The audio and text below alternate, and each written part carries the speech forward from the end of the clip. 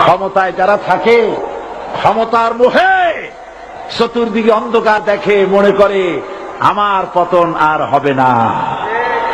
কিন্তু তোমাকে বুঝিবে যে গোকুলে বাড়ি শেষে গাড়ির চাকা সব সময় উপরে থাকে না।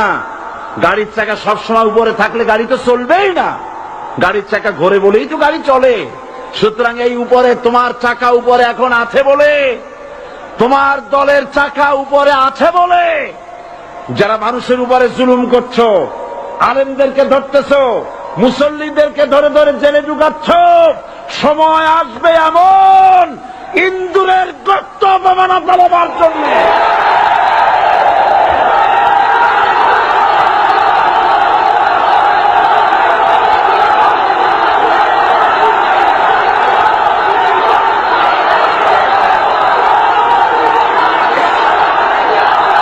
আবু জাহেলের গোষ্ঠী মনে করেছে সোজা আঙ্গুলে ঘি যখন উঠল না, আঙ্গুল বাঁকা করতে হবে। শুরু হয়ে গেল অত্যাচার, শুরু হয়েছে না। হযরত সুমাইয়া রাদিয়াল্লাহু তাআলা আনহা কি নির্মম ভাবে, নিষ্ঠুর ভাবে তাকে শহীদ করা হলো। খাব্বাব, হুবাইব, হযরত খাব্বাব রাদিয়াল্লাহু তাআলা আনহুকে দেখে হযরত ওমর একদিন বলছিলেন, খাব্বাব তোমার পিঠে এত গর্ত কেন? এত গর্তওয়ালা পিঠ আর এত চিকুন কোমর আমি তো জীবনেও দেখিনি। হযরত খাব্বাব বলেছেন, ওমর জানো না, ইসলাম কবুল করার অপরাধে, কালেমা পড়ার অপরাধে কাফির বেঈমানেরা আমাকে মারধর করেছে। যখন আমি তাদের মারে কালেমা ছাড়ি নাই, তখন আগুন জ্বালায়া আগুনের আংটার উপরে, আংটা আগুনের উপরে আমাকে ঠিক করে শোয়ায়া, আমি যেন নড়াচড়া করতে না পারি সেজন্য আমার বুকের উপরে পাথর চাপা দিয়ে রেখেছে। আগুনে গোশত পুড়ে পুড়ে আগুন ভিতরে ঢুকেছে, গায়ের রক্ত আর চর্বি গলে গলে পড়ে আগুনগুলো নিবেছে। ওই পিঠে যে গর্ত হয়েছে আজও পর্যন্ত সেই গর্ত মিটে যায় নাই। হযরত খাব্বাব রাদিয়াল্লাহু তাআলা আনহু বলছেন, বুখারী শরীফে হাদিসে ভাবে এসেছে, ওয়ান খাব্বাব বিন আরিফ রাদিয়াল্লাহু তাআলা আনহু আন্নাহু ক্বাল শাকাউনা ইলা রাসূলিল্লাহ সাল্লাল্লাহু আলাইহি ওয়াসাল্লাম ওয়া হুয়া মুতাওয়াসসাদুন বুরদাতুন লাহু ফি জিল্লিল কাবা। আমি গেলাম রাসূলুল্লাহর কাছে, যে দেখি হুজুর বাইতুল্লাহ শরীফের ছায়ায় আরাম ফরমাচ্ছেন।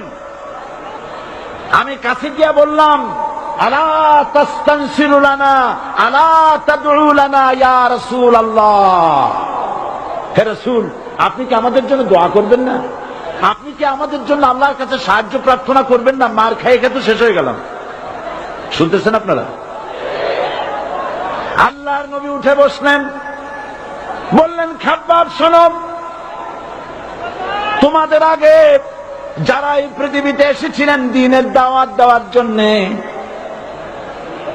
সমকালীন রাষ্ট্র শক্তি তাদেরকে ধরত, ফায়ুখাজুর রাজুলু ফায়ুহফারু লাহু ফিল আরদ, তার জন্য তারে ধরে নিয়া মাটির মধ্যে গর্ত করত, ফায়ুজআলু ফিহা, এরপরে সেই গর্তের ভিতরে তাকে কোমর পর্যন্ত গেড়ে দিত। সুম্মা ইউতা বিল মানশার, এরপরে করাত আনা হতো, ফায়ুদাউ আলা রাসিহি, এরপরে করাতটা মাথার উপরে রাখা হতো, ফায়ুজআলু নিসফাইন, এরপরে করাত দিয়া চিরে চিরে জীবিত মানুষটাকে দ্বিখণ্ডিত করে ফেলে দিত। মা ইয়াসুদ্দুহু যালিকা আন দীনি, এত কষ্ট দেওয়ার পরেও, এত জুলুম করার পরেও দ্বীনের দায়ীদেরকে এক চুল পরিমাণ আল্লাহর রাস্তা থেকে তারা সরায় দিতে পারে নাই। ওয়াল্লাহি, ও খাব্বাব, আমি আমার আল্লাহর নামে কসম করি। মুসলমান কে কসম করতেছে? আল্লাহ রাসূল। আমি আমার আল্লাহর নামে কসম করি, ওয়াল্লাহি লা ইউতাম্মান্নাল্লাহু হাযাল আমর হাত্তা ইয়াসির রাকিবু মিন সানা ইলা হাযরামাউত।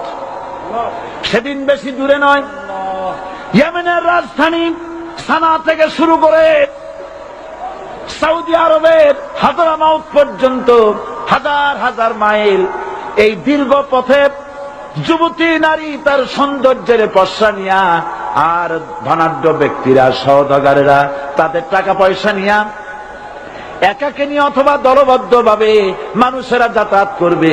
লা ইয়াখাফু ইল্লাল্লাহ, মানুষের মনের মধ্যে কোনো ভয় থাকবে না। এমন একটা সময় আসবে, ওয়ালাকিন্নাকুম তাস্তাজিলুন, অথচ তোমরা বড্ড তাড়াহুড়ো করছো। তাড়াহুড়ো করো না, অপেক্ষা করো, ধৈর্য ধরো, মার খাও, জেলে যাও, শহীদ হও, আল্লাহর রাজ কায়েম হবেই হবে।